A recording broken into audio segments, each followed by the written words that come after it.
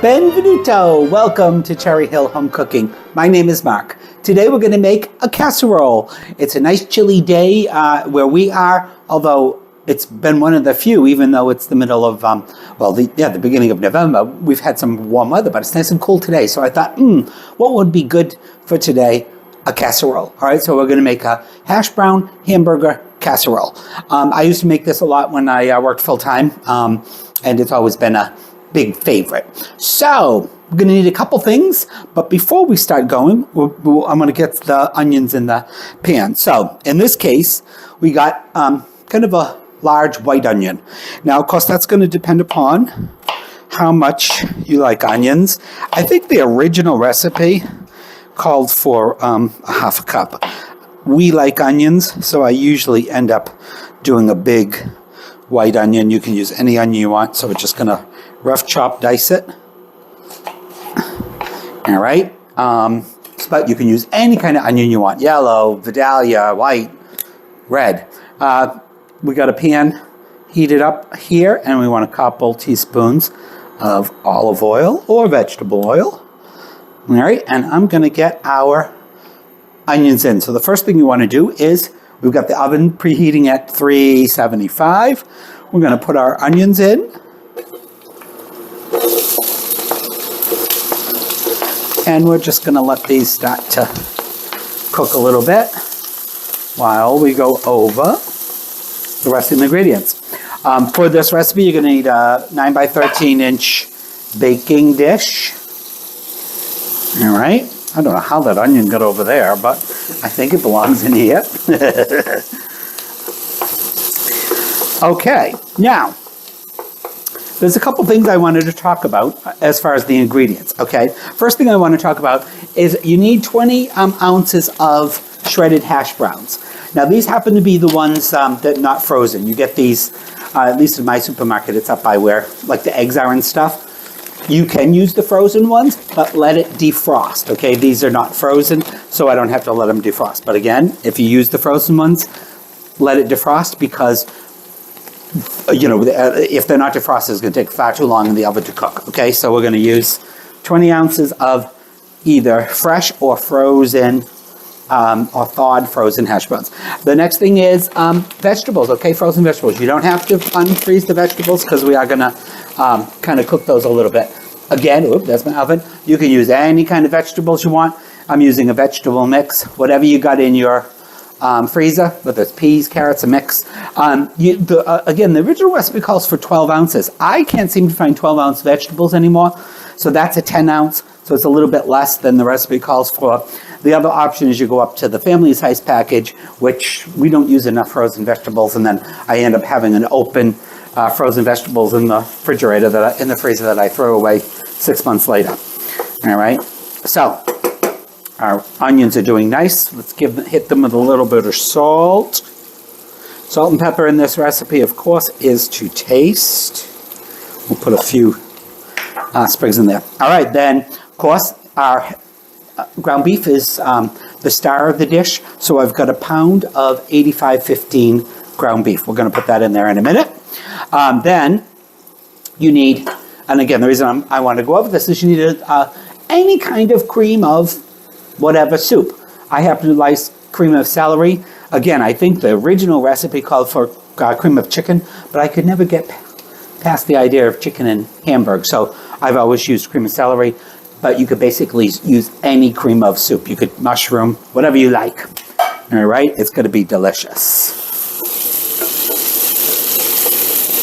Okay, then the next thing we need is, in this bowl here, I would have bet that was going to fall down. In this bowl here, I've got our cream of celery soup and a half a cup of milk. I happen to be using whole milk. You can use whatever milk, but give it a little stir. Okay, you don't have to worry about heating it up or anything, but give it a stir.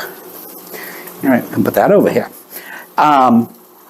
Then you need 2 cups of sharp grated cheese. Again, you could use any you want, but the recipe calls for sharp cheddar cheese, and I use sharp cheddar cheese. All right. Then some garlic powder. I use 2 tablespoons of garlic powder, and I use a little bit of accent. You don't have to use that if you don't want. Put that over there.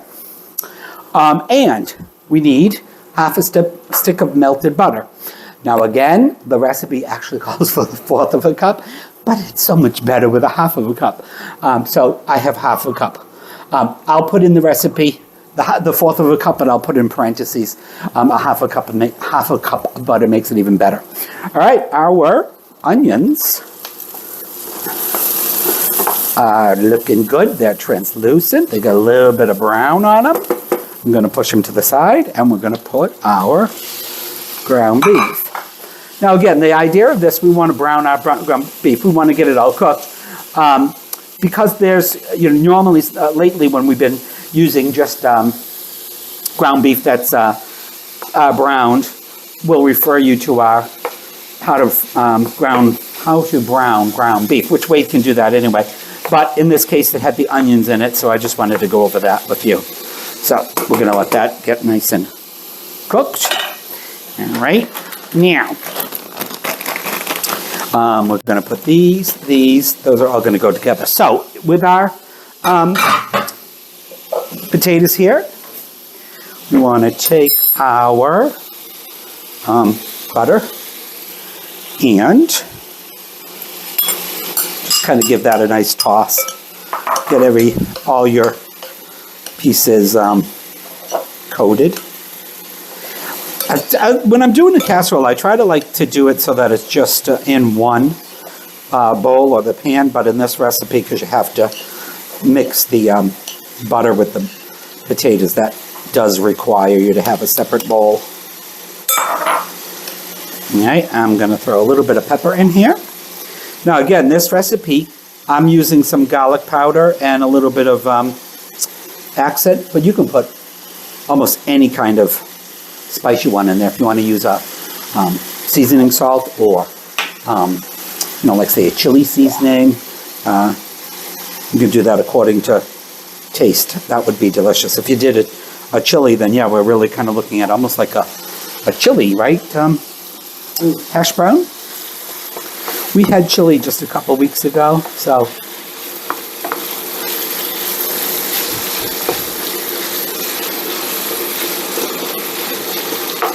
I'm going to turn that up a bit. So for now, we can put this aside. All right, that's all done. All right, I'm going to saute up the rest of my beef here, and we'll be back and finish up. See you in a little bit.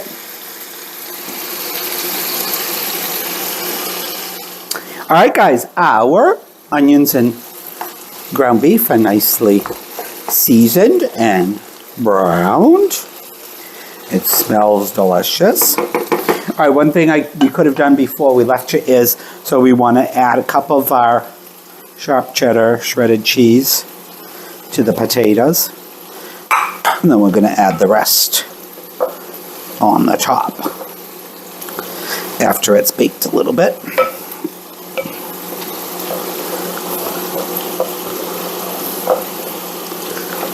And just get that nicely mixed together. Okay. Next thing we're going to do, I'm going to turn this down a little bit. We can sprinkle in our garlic powder or whatever seasonings you're using. Now, if you've properly browned this, you're not going to have a lot of fat in there because the fat would have, I don't know what the term is when the fat, anyway, it would have turned to a saturated fat and got all absorbed into the meat. You could drain it if you want, but that's not my style. All right, so then we're going to we can throw our frozen veggies in there.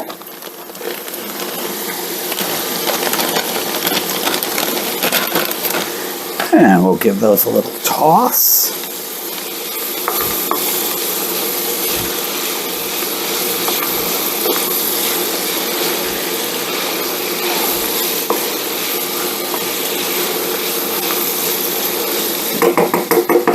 And then in goes our cream of celery and milk.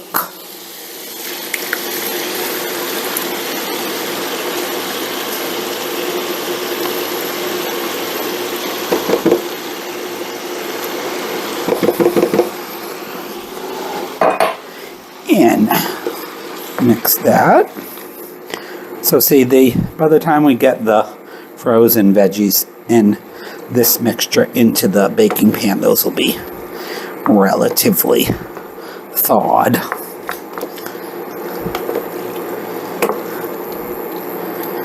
All right, wait, can watch that for a second. I'm going to go get one other thing.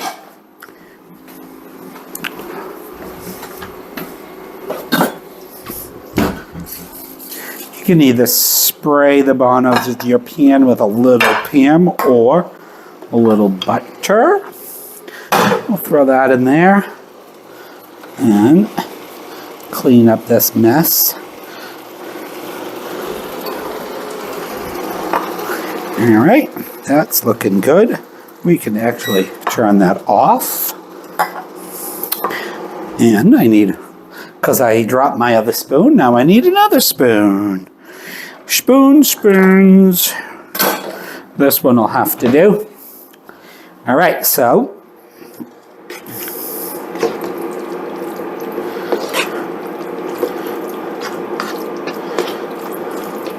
I'm going to give that a quick little taste.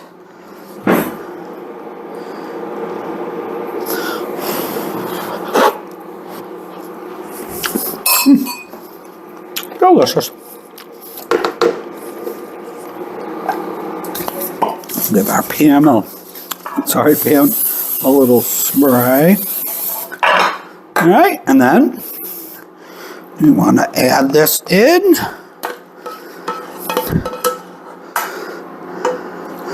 Spread it out evenly.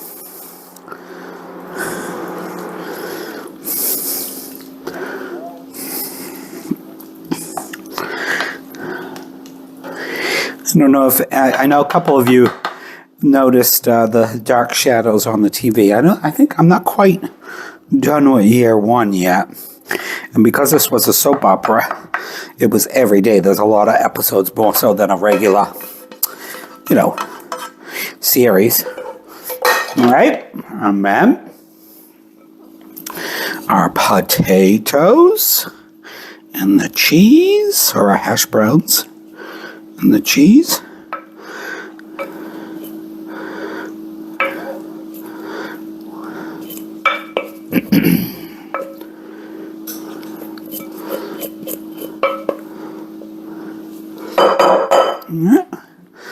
Give those a little spread over.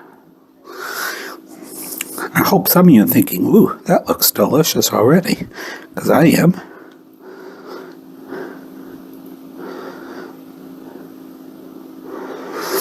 Okay, so we got still about a half a cup that we're going to put on later. And let's get this into our preheated oven. So that's at 375. Let's set a timer. Okay. Set a timer for 30 minutes. Got it. 30 minutes. And that's starting now.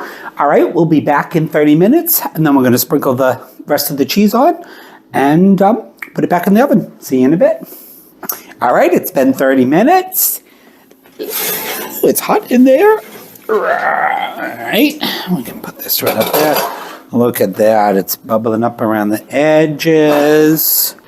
Let's get a little bit more cheese in there.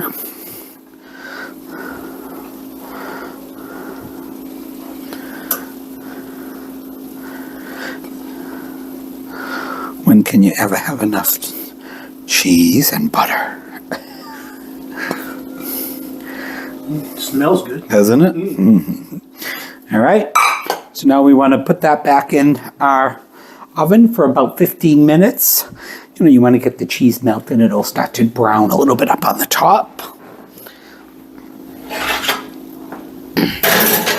Okay, now the unfortunate thing about this casserole, excuse me, is it one of those ones that have to cool down a little bit, or else when you start to go serve it, it's just going to ooze all over the place. So anyway, this should be done in about 15 minutes. Okay, Google, set a timer for 15 minutes.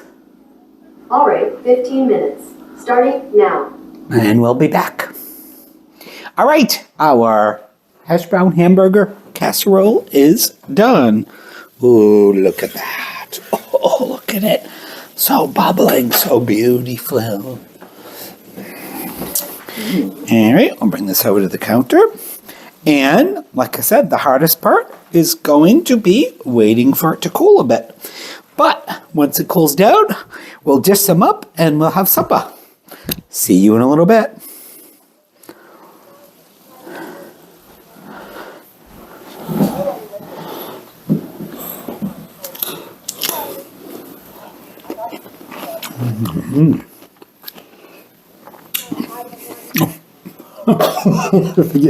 Supposed to do a shoot? 3, 2, 1. Okay, the best part, it's dinner time. We got a little green salad here. Looks good. But the star of the show is the casserole. It smells so good. It does smell just, we got our Halloween napkins still left over. All right.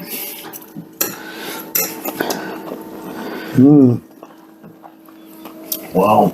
That's delicious. It's really nice. It's creamy from the the cream of soup. It's got a little crunch to it. It's delicious. That is awesome. It's really amazing. Yeah. Thank you. Well, I hope you've all enjoyed watching us make dinner tonight. Hopefully, you will make this recipe yourselves and you'll like it as much as we do. And I'm going to continue to eat. Please remember to like and subscribe. And check out cherryhillhomecooking.com and we'll see you on the next video. Thanks for having supper with us. Yep. Yep. Thank you. Ciao. Bye. Yum.